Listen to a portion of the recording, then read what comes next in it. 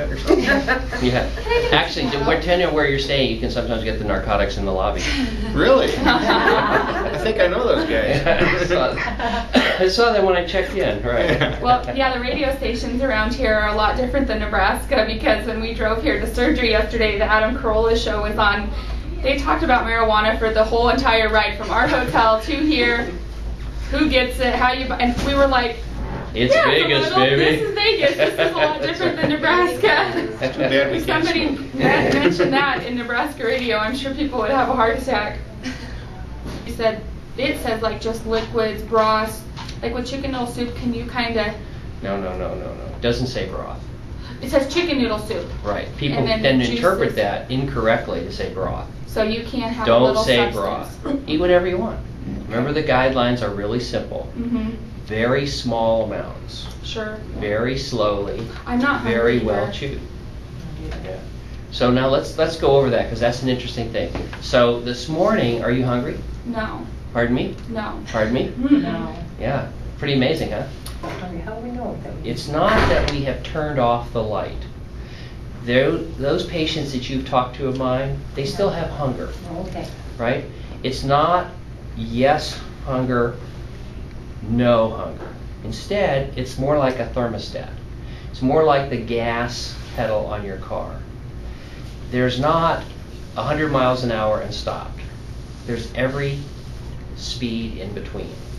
So what we want to do is recognize that you have a hunger system, and that prior to surgery, when you sat down to eat, for every meal for the last 20 years, you were finishing 200 calories above where you should have.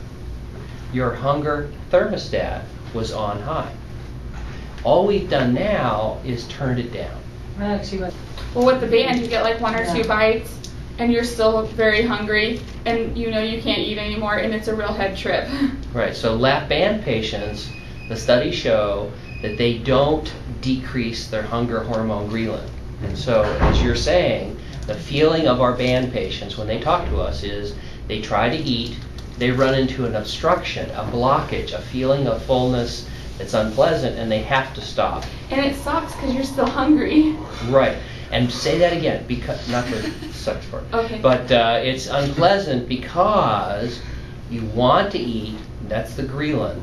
You can't eat, that's the band. Okay? In our surgery, we expect that you will still get hungry, but you're going to get hungry at a much lower level. Plus, remember, because of the bypass, the food stream is directed to the lower small intestine more quickly, so peptide YY, the satisfaction hormone, is going to go up more quickly.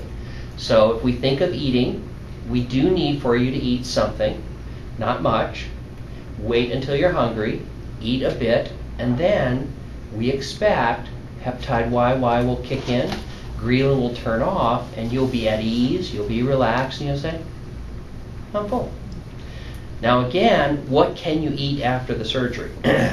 We say soup, and we mean soup, we don't mean broth. Okay. If you have a predilection to eating broth, you may. Just like we had the question the other day about eating baby food. If you're driven to eat baby food and broth, I'm all right with that. I just don't think it's that wise, because most people don't find it's that tasty. You don't go to a gourmet restaurant and notice that they offer baby food and broth. Right. There's a reason for that. It's mostly not that palatable to most human beings. So instead, relax, have some soup. Now, it doesn't mean you pour out all the water and just eat the chicken noodle soup as if it were pasta. Right. But you could do that if you wanted to, as long as you remember our guidelines for eating. Very small amounts, very slowly, very well chewed, and you'll be fine. So if you get a taste or a craving for something, have it. When does the lactose intolerance usually kick in? It's very